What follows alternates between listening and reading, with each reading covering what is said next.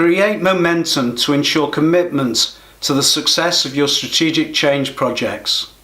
Are you concerned by the lack of progress being made through your strategic change projects? Momentum is everything, but it does not happen by accident. It's the result of careful planning and strong relationships. I was working on a government programme which involved the cooperation of 5 suppliers, 4 of which were not-for-profit organisations. We were looking to improve the service to schools and educational establishments through the creation of a single service point using the development of web tools.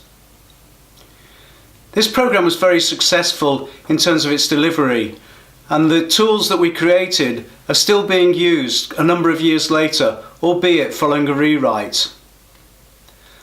What made this programme so successful? There were a number of factors. Firstly, there was the governance that we created.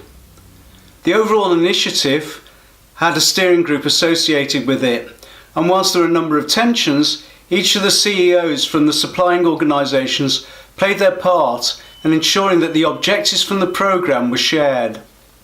We also had a steering group for the programme where more junior colleagues were involved, and they shared that similar commitment to the rapid delivery of what we were trying to do. Second of all, we created a reference group to guide the delivery of the tools. On this reference group there were representatives of the 5 organisations, but also from schools. So it represented both the customer side and the supplier side. And this group were extraordinarily committed to making an improvement for schools and for the students that they served. Finally, we had the project level.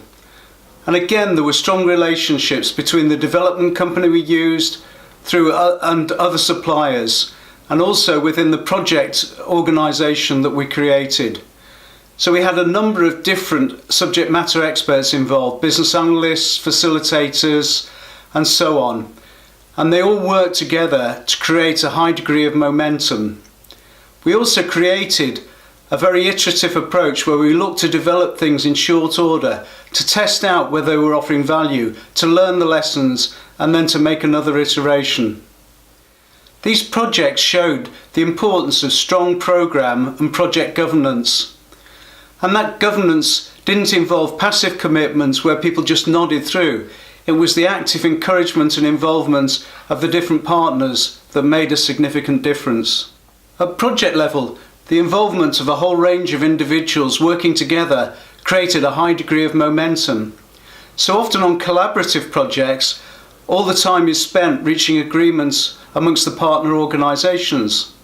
Yes, of course we needed to agree up front a set of shared objectives, but we tried to put the effort into creating momentum and deliverables which we could then ensure fitted all the partners and delivered the improvement in service that we were looking for.